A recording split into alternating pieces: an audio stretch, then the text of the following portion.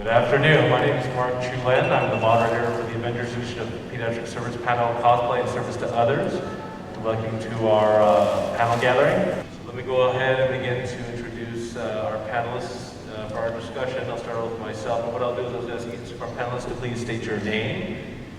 If you're part of the Avengers Initiative, please state what chapter you're with, and if you have a position. If you're an officer, please just state what that is. And if you're part of our group also, just share what outfit you have. Let's begin with myself first. My name is Mark Chulin. I serve as the club president of the entire organization. I'm also the California chapter leader. Outfit-wise, I have a Captain America, War Machine from Iron Man, Wong from Doctor Strange, an Agent of S.H.I.E.L.D. outfit, and I also dress as Shang-Chi. Kevin, let me turn it over to you, sir. Hi, my name is Kevin Nagata. I am the HXO, that's the head executive officer of Avengers Initiative, right behind Mark. And he also helped me found Avengers Mid-Pacific in Hawaii. So it's like the West Coast Avengers chapter, but in Hawaii. I am also a member of the 501st and a whole bunch of other groups, costuming groups that we do charity for. And some of the costumes I have, just for Avengers, I recently just brought up Samurai Spider-Man to this event, but I also have Cyclops and a whole bunch of other X-Men, Wolverine costumes. But, I also have a lot of other, I've got a bunch of costumes, so hard to name them a lot, but that's it. Jennifer? My name is Jennifer. I am the executive officer for the West Coast Avengers in Southern California. And I have about 6 versions of Peggy Carter, including Captain Carter, and I'm making a stealth Captain Carter, eventually. Mighty Thor, Black Widow, Agent Maria Hill, as well as I have Evil Queen, Jin Urso, Elastigirl, a few others coming along the way too. So, yeah. My name is Tony Wills. I'm a pediatric service liaison for the West Coast Avengers in Northern California. Costumes that I have are, Black Panther, War Machine, so many variations of Spider-Man can't count, and Captain America, and on the Star Wars side I have Darth Maul, Captain Rex, and a couple of Stormtroopers. My name is Arthur Noche. I'm a child life specialist at Miller Children's and Women's Hospital in Long Beach. I need to cosplay more, but what I have, I've done Daredevil from the Netflix series season 1, so it's kind of hard to see in that outfit, but I had my wife to actually walk me around on that Halloween, so, but yeah, thank you. My name is Xavier Garcia, and I'm the event manager for the Ronald McDonald House Charities of Southern California. We provide comfort and care to families and children in the Southern California area. And the Avengers come to our events, and so it's a very special day for the families and children that we serve to be able to have a date on the calendar when the Avengers will come and play with the kids and take pictures. Well, thank you. Xavier, let's go back to you if we may. Can you explain to our audience what is a Ronald McDonald House? The Ronald McDonald House provides temporary housing for families that have children hospitalized across the street. None of us in this room,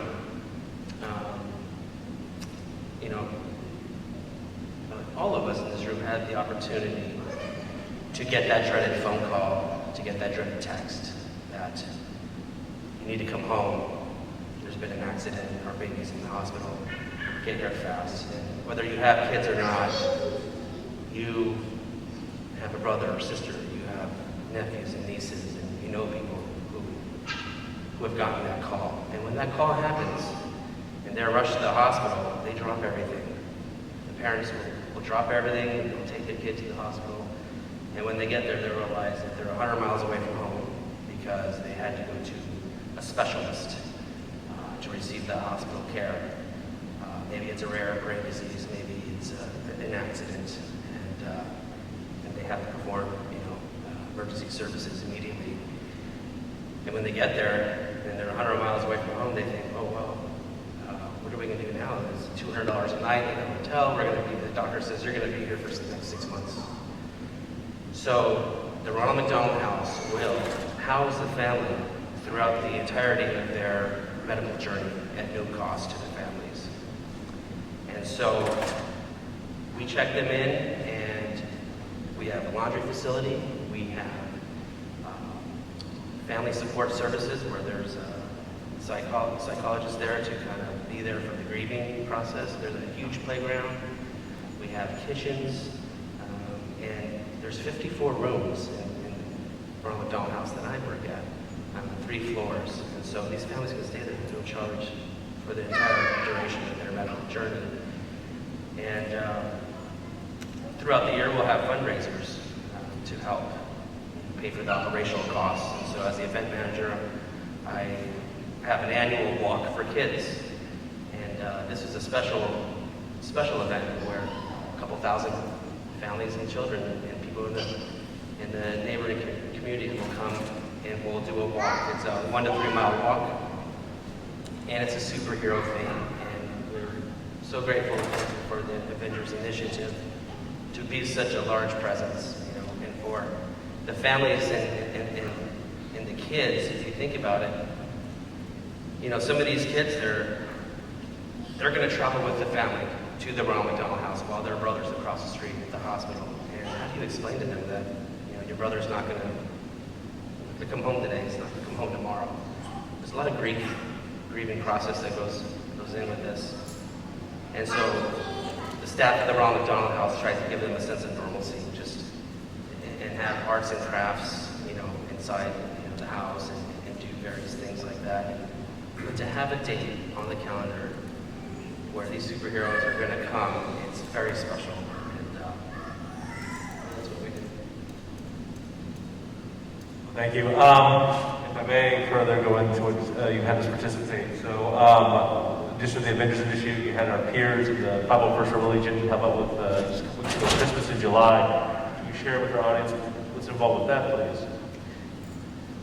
Every July we have a Christmas in July, and it's the halfway mark to that very special day. And beautiful day to just be able to, again, have a day to just put a smile on mom's face, and to put a smile on baby brother and baby sister, and to just go out and get some sun.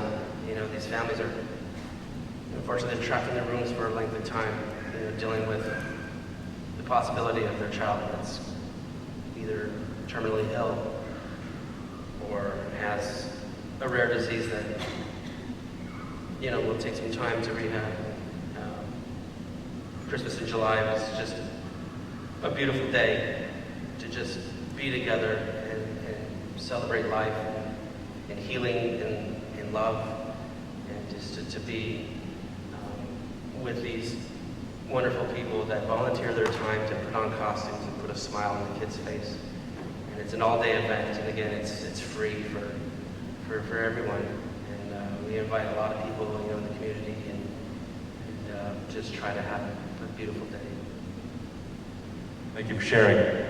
Jennifer, you kindly shared with me how, as a mom back in the day, you appreciated, the support you received with your kids, both as a mom, but also as someone who's been helping out the group tackle pediatric service. Now they've slowly been able to do this now, as you kind of shared in the video, but even now, what are your thoughts and feelings reflecting on what now we've been able to start doing once again?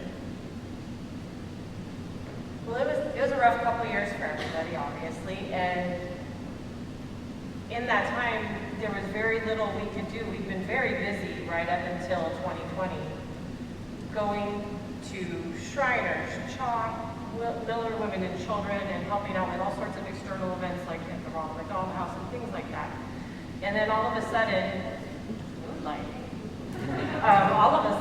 we had no events to go to. And for me, a lot of the times it struck me that now these kids, not only, we can't go visit them, but they're limited to one parent in the room, if they get a parent in the room at all.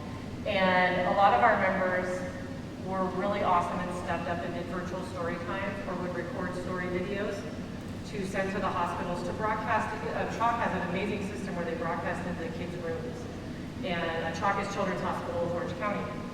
And so we were able to kind of keep connected like that. But then everything started to open up, and we sort of had to rebuild these relationships, but we also were compelled to make new relationships. So we reached out to Ronald McDonald House in the Inland Empire, which that region is vast, and there's a lot of need for cheering up in that area. So I work in that area, I live in that area, and I help out with LA stuff. I go to San Diego and Orange County stuff, but it's been really great for me to, as Mark's executive officer, kind of have the ability to reach out to these organizations and share what we've done and what we can bring to them and to their patients and the patients' families. Because as he mentioned, my daughter was born 9 weeks early, and she was in Loma Linda University Medical Center. Thankfully, my family lives up there, and I did experience what a lot of people that Xavier's organization helps deal with. I didn't have that anxiety, where am I going to stay? But I met a lot of parents in the long days in the NICU who did rely on Ronald McDonald House for that little sense of normalcy, and who relied on the services the hospital provided, any little thing to cheer the siblings up, because it's hard to sit in that waiting room hour after hour, day after day, in some cases month after month. So when I was first getting into cosplay and I found out this was a thing, and we could do community service through our costumes and our characters, I jumped at the opportunity, and now I'm helping organize all the events and stuff. So it's been a great journey for me. Thank you for sharing. Arthur, can you share with our audience what Child Life is and what you all tackle at Memorial Care in Miller, Long Beach, please? So I'm a child life specialist at Memorial Care in Miller Children's and Women's Hospital. What we do is kind of normalize the environment for all of the kids, and we practice a lot of patient and family-centered care. So the hospital is a really scary place, so what we do is kind of bring that routine back to the patients and families. We run the playrooms as well. We run the events. So whenever you see that stuff on the news about firefighters coming in to help out and visit the kids, or the cosplayers coming in to do that, we schedule them as well. So the big thing is that we normalize the environment for them. We prep them for surgeries. We kind of talk to them about the surgeries that they're getting in language that they'll kind of understand. So it kind of makes it a lot easier when they do get tired of the playrooms, if they've been there for months on end. When we have cosplayers come in, their favorite superhero coming in, Spider-Man's a big one. They love seeing Spider-Man whenever he's here. It's been really tough the last 2 years, as Jennifer was saying. So it's been harder to get the cosplayers to come in, but we do have a closed circuit TV show that we can show to the patients and families in their rooms. I know Mark assisted us in our beach day as well. We have that every August. We have a big old auditorium and everything, and I know Captain Marvel showed up for the kids last year. We did a May the 4th special show for the Closed Circuit Network for Star Wars. So that was really nice to have. We've been kind of getting acclimated with the new norm, but we are definitely looking forward to working with Mark and the cosplayers again once everybody's clear to go back into the hospital to visit the kids and make their days. Thank you. Anthony, you and I share a lot of common ground. Along with the Avengers Initiative members, we're both in the Star Wars fan community, 501st Rebel Legion. Can you share with our audience here what a pediatrician is? Let's start with that first. So a pediatrician is a doctor that specializes in taking care of children, basically right from the day that they are born until somewhere between 18 and 21 years old. We basically can do a variety of different things. You can be a general pediatrician like myself who sees kids pretty much taking care of minor illnesses, maybe some major ones, but mainly just trying to get them through childhood and make sure that they're growing and developing. Or it could be another type of pediatrician that works in the hospital and takes care of serious illness. Thank you. So someone who's a medical professional dealing with kids, but someone else who dresses up, how do you balance that out? How do you kind of process that? It's a little different. So I would say that as a pediatrician, having worked in a hospital before, my costume that I wear there as a pediatrician is almost my shield, and I can deal with some very complex issues and some very sad and tragic stories pretty well. I can kind of shut out the emotion and just focus on the problem at hand. As a costumer or a cosplayer going into that same situation is very different. I think experiencing the intense emotions that the families are having, the children, their parents, their siblings, is a lot more challenging. And you feel it to your core quite a bit more because you're actively engaging and creating a shared experience around those emotions at the time. Thank you. Kevin, as our Club XO, as someone who's involved with efforts out in Hawaii, can you share with us what you all been with Hawaii pre-pandemic, and also what you guys look forward to see doing as things hopefully slowly open up for you guys out there? Well, during the pandemic, what we did was many virtual things.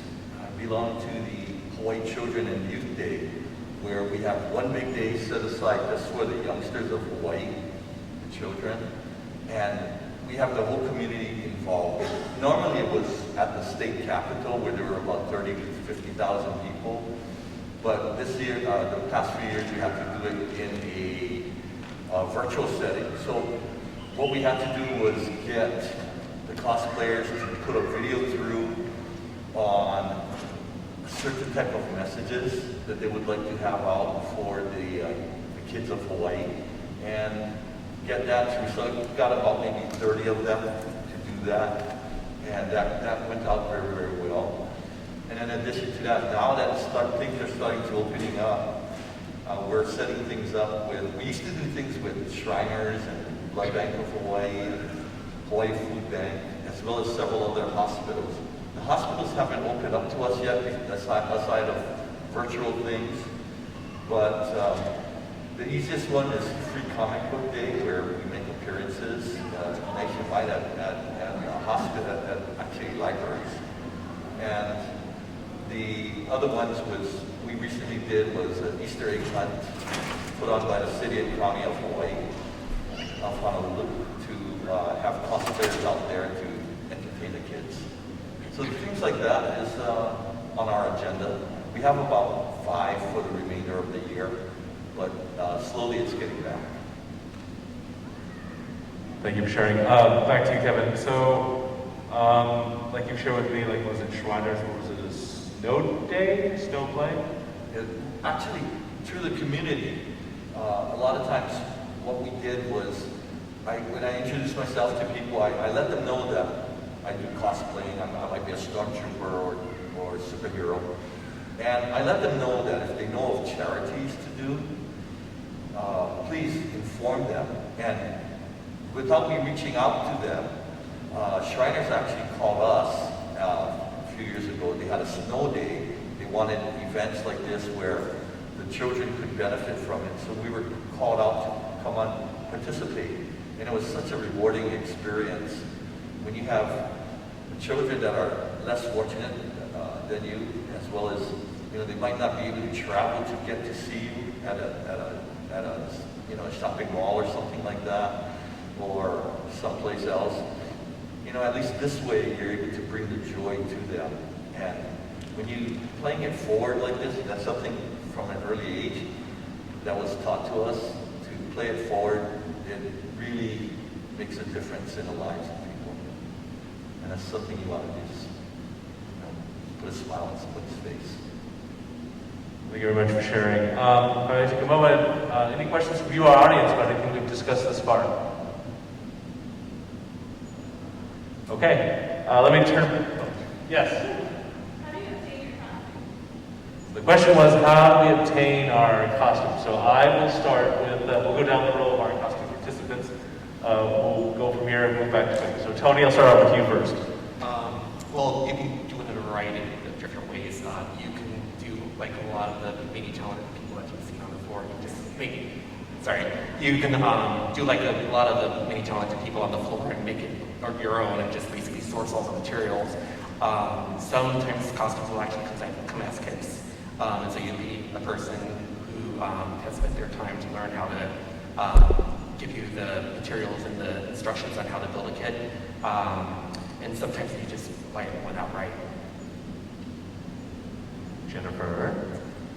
So I did a Marvel cosplay panel at another convention, and I had all these wonderful, talented cosplayers from our group who can sew and work with foam and do all this stuff. And my answer was I worked really hard to make the money to pay other people to make my costumes.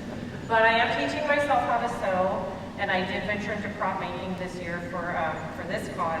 I had my friend 3D printed Mighty Thor's Mjolnir that's all cracked, and I added more cracks. She wired up some lighting, I painted it, sanded it, put it all together, and I now have my own Mjolnir that flashes like lightning. So that was something that I'm glad I did and I'm never ever doing again. But for the most part, I buy costumes. You can do cosplay. The cosplay I wore at the Comic-Con museum the other day is a pair of leggings I found on Amazon, a shield jacket I found on eBay. I added some boots and some little accessories. You can find so many superhero accessories on Etsy, it's ridiculous. And I was Maria Hill, and it was really easy and probably under $50 to put together. So there's all manner. I have from $50 to unmentionable dollars of costumes. So that's how mine go together. For me, about 20% is bought online or brand new from someone. Another 20% is made by myself, and about 10%, maybe, actually the remainder of from all my contacts and all my friends. If they are planning to upgrade, if they're planning to get out of it and try something else, then I always let them know that they could count on me if to purchase their outfit, and that's where the remainder 60% comes on to make overall costume. I have a storage problem. So for me, so like Tony, Kevin, myself, along with the Marvel fan community, I'm part of the Star Wars. I've been in the community long enough where, whether it be message boards or Yahoo groups, you can hook up with community members that way, so sharing a knowledge base. The Superhero Command fan community has moved in that direction, particularly with the advent of social media. A lot of groups that focus on a particular type of outfit. We discuss it, so like case in point, Jennifer's part of a Peggy group, so whether it be Captain Carter for, Doctor Strange, the Multiverse of Madness. I'm part of a Captain America and Iron Man group. There's a lot of information that's out there. Google, type in an outfit. Hey, how do I go about pushing this outfit? Good place, like a venue, a media convention like here at San Diego Comic-Con International. A lot of people have outfits. Obviously pick the right time to talk to someone, but say, hey, where'd you get this out for? What'd you do? They can name something, or maybe that person may have a YouTube channel, an Instagram page, or a Facebook page where they may have a lot of information to get stuff from. So I think getting into cosplay, kind of like take a list of what you like, and then go from there to see if anyone's into it, and see what information they have to possibly share. So, any other questions? Okay, let's continue on. Arthur, let me get back to you. So for those of us in the fan community, I think you were one of the first people I spoke to. I forget if it was I approached you or you approached me to do, was it brother and sister? It was a big sibling event, Yes. right? Yes, it was. What drove you to reach out to us? And be honest, for you folks in Charlotte and Miller, what were you expecting versus when we actually showed up? How was that experience? I actually Googled. Oh, you Googled this, okay. Yeah, I did, and you guys were the first ones to pop up, and the first legitimate ones that came up. The costumes were incredible, and I didn't even think that you guys would be able able to get back to me as fast, actually. We needed somebody, we needed superheroes and cosplayers within, I want to say within like a week and a half. We had a super siblings event where, like I said, we do a lot of patient and family-centered care, so the siblings are really important in that too, especially if their brother and sister have been hospitalized for weeks or months. So it's good for them to feel like they are being heard as well, So that Super Siblings event was amazing. They loved seeing their favorite superheroes, and the families actually got to enjoy it as well. Ex-patients that we used to have that used to use our sibling support playroom were able to go as well. So, yeah. Well, thank you. Xavier, back over to you. So, for myself, I'm grateful that at least for our group in general, we had a long time relationship with Ronald McDonald House, like 15 years, started with Sacramento, Los Angeles, and now you folks. So when kind of same thing with Arthur, when I reached out to you, because I know you have worked with our peers in the 501st, Rebel Legion, from a superhero crowd, same thing. What did you expect versus when I actually showed up? What did you think? Would it be the Walk for Kids or Christmas in July? It's just so amazing to have something so special for the kids to be able to participate in. When we had the Walk for Kids, this event actually the past couple of years was canceled because of COVID.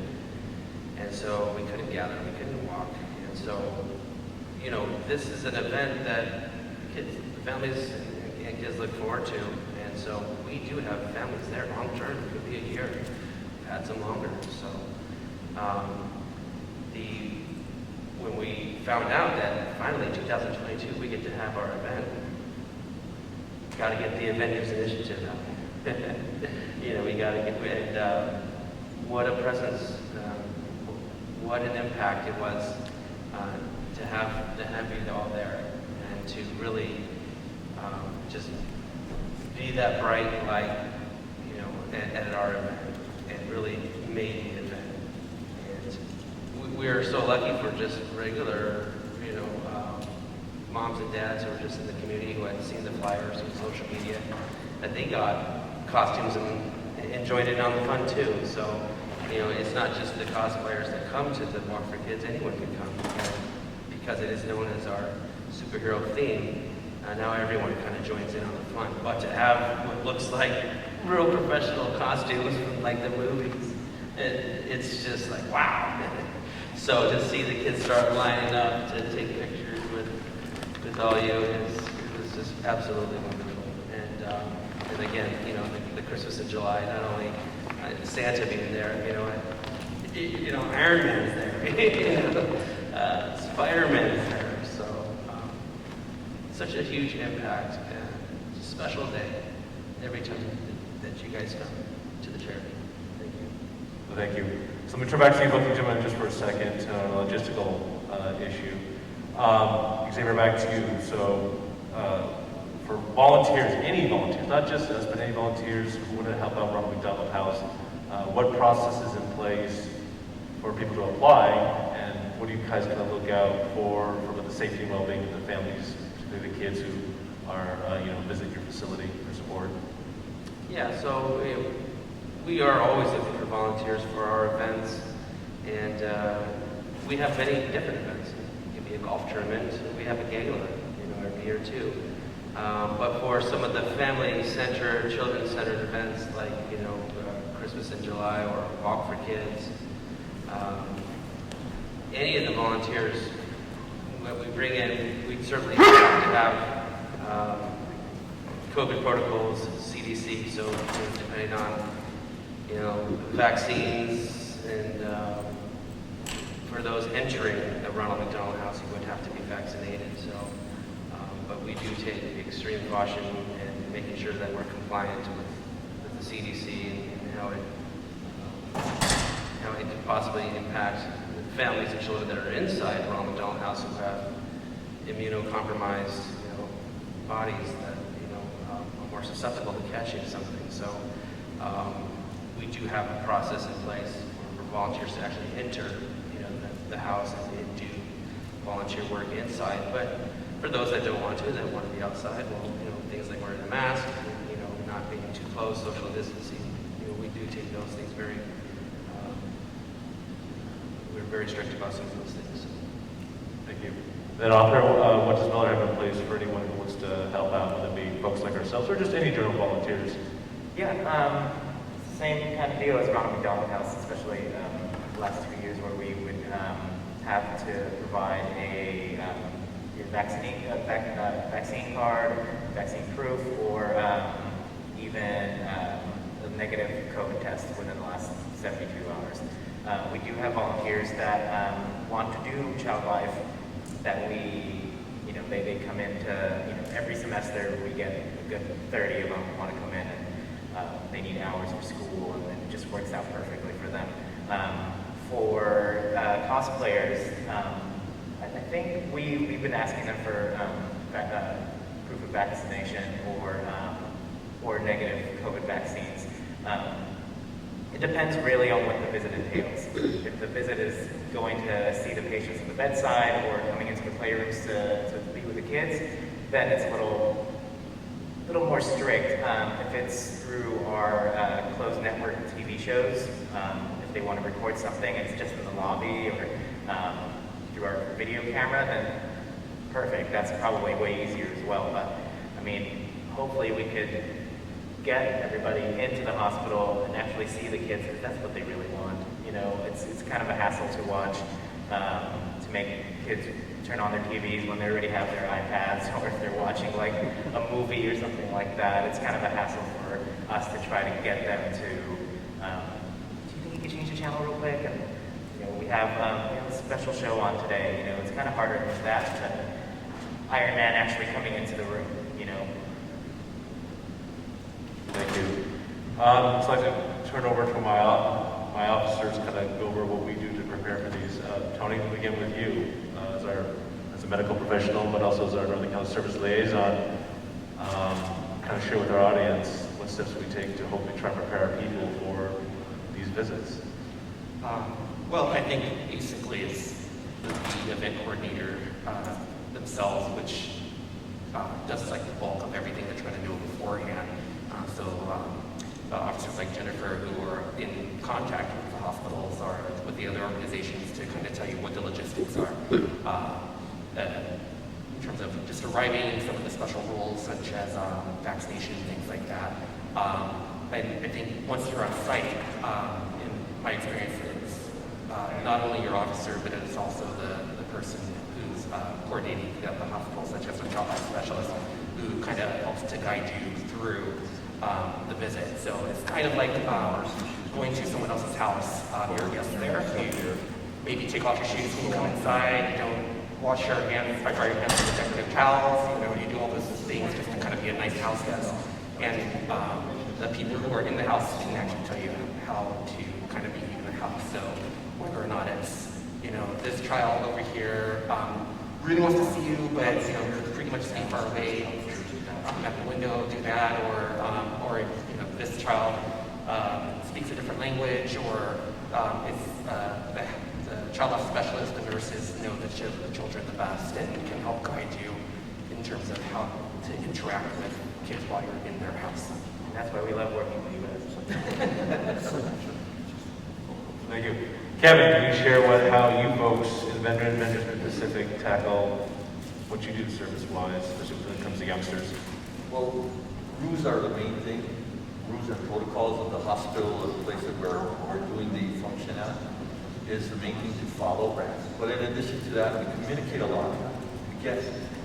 A lot of times we individually call everybody up to find out if they're aware of all these different things going on, where we're supposed to be meeting, what we're supposed to be doing, and make sure that everything is in place.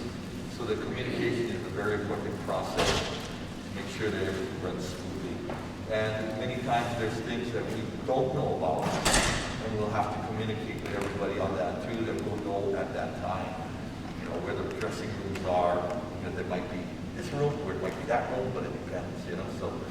So all those different things put together, it's the communication that I feel is very important to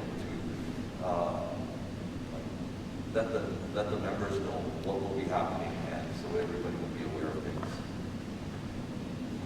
Thank you. Jennifer, since you and I have been tackling a lot, we're tackling a lot now. Like I joke with her, it was quiet during the pandemic, but now through September we have like, here in Southern California alone, like 20 different visits we have to try and just figuring out, planning out. Could you share with our audience here what you and I discussed along with the rest of the SoCal officers, what we have to do in terms of preparation? So HIPAA compliance, maybe we feel comfortable discussing that. Like, what else have to conduct ourselves? Like, we, you know, especially at the con, when we've been seeing stuff for a long time, like, hey, how you doing? I look forward to seeing you later and stuff like that. Like, little language like that, well, we actually can't say it, and why? Right.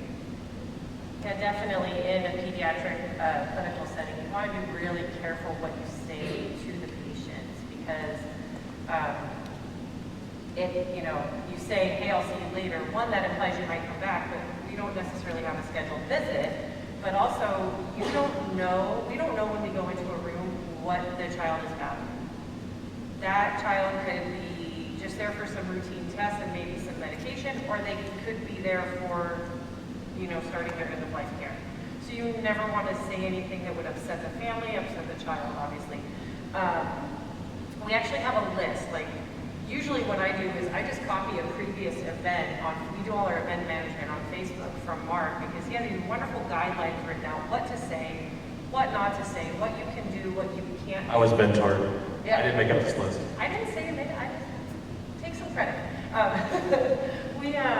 We use those and we've added to them. You know, of course there's new considerations with our new normal. Masking, vaccine proof. Another thing I really focus on is keeping that illusion for the kids. We aren't going to have 3 of the same character. We're not going to, you know, we don't have, you know, 2 Captain Americas and 5 Spider-Men going in. Obviously, we don't take 7 people anywhere right now because of COVID, but I rotate people through their costumes. The facility may ask us for specific costumes, so then I'll put out the call. Basically, it's almost like a casting call. Hey, I need 3 Spider-Men on this day, and this day for this, and, you know, hospital, whatever it might be. But right now we are juggling, I think we're down to 18 visits that have been requested by one facility, so trying to organize all of this has been very interesting. But yeah, we just kind of go with what we know and keep it simple. Just, you know, make sure everybody's informed. Like Kevin said, communication is key. So it's really making sure my people know what is expected of them when they go in. And even in a recent visit, I had a cosplayer say to one of the kids, hey, that's great, you know, I'll see you soon. And he caught himself, and he was like beating himself up in the hallway. I'm like, dude, we haven't done this for 2 years. It's okay. You know, you're gonna mess up, we're human. But he caught himself, and he policed himself the rest of the time and didn't say anything. So it was, you know, we're all getting back into it. It's almost like we're starting over. And it's been really interesting. So trying to keep everybody communication open has been very important. Thank you. And one thing I want to add quickly, we all want to share, let's say, the convention like this, whether we actually have a smartphone or actual camera. Oh, I'll take a picture of this thing. One thing we have to remind our volunteers, which is my current leadership as the Avengers Initiative leader, or when I was, like, let's say, a 501st leader, taught around people, hey, let's respect people's privacy. So, you know, like saying like, oh, you want a special vision like that? Don't ask that. We ask the child life or whoever we're acting as our event contact is allowed to take pictures, whatever pictures I help take.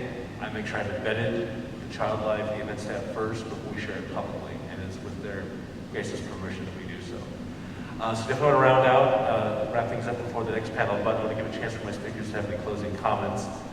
Xavier, I'll begin with you, and then I'll just kind of wrap us up. So anything you'd like to add or say before we tap this out? If you'd like to learn more about the Ronald McDonald House, you can certainly go online. We also have Instagram and Facebook. Opportunity to volunteer. If you'd like to be a donor or a sponsor, certainly find us online, rmhcsc.org. And you know, we look forward to our events and having, you know, the Avengers Initiative smiles on the kids' faces. Thank you. Arthur? I actually just want to take the time to say thank you to you guys. You make our jobs really easy, like especially, we love having you guys, especially, you know about all the HIPAA stuff and not taking pictures and everything. You'd be surprised how many groups we get that are like only there to take pictures. You guys are legitimately there to make the kids' days, and that's what we're there to do. You know, not for you guys, not for anybody else. It's for the kids and families. So thank you. Tony? Yeah, I would say that it's a great way to do community service. I know we've been talking a lot about the child, and the child is definitely at the center in a lot of these events that we do go to, but you're helping out families, you're walking through the halls and seeing the respiratory therapist who wants to take a picture to show their kid when they get home. You're bringing a lot of joy in a lot of different ways. So it's an excellent opportunity to go out and do some community service. Jennifer? Yeah, there's nothing like the feeling of getting a smile out of a kid, or even a conversation out of a kid who's just so sad about being in the hospital that literally they haven't talked to the child life person in 3 weeks, but here they are having a full-on conversation with Captain America. So it's really a special thing to be involved in, and all it takes is one good Marvel costume, so it's very easy to volunteer. Brown coat, you can start lighting up. Kevin? Well, if you're a cosplayer, you're a recognized superhero or character, then it's a big opportunity to play it forward and do something nice for somebody and make an impact in their life. I just want to say I am grateful, while definitely there's a new normal, that we as volunteers have a chance once again to hopefully be of service to organizations, especially like Inland Empire, Ronald McDonald House, and Miller Women and Children's Hospital. But I'm also grateful that Comic-Con, albeit it's been 3 years, we can meet again as fans, we can share and discuss our fandom, and enjoy each other's company. So we hope you take care, enjoy the last day of your San Diego Comic-Con National experience.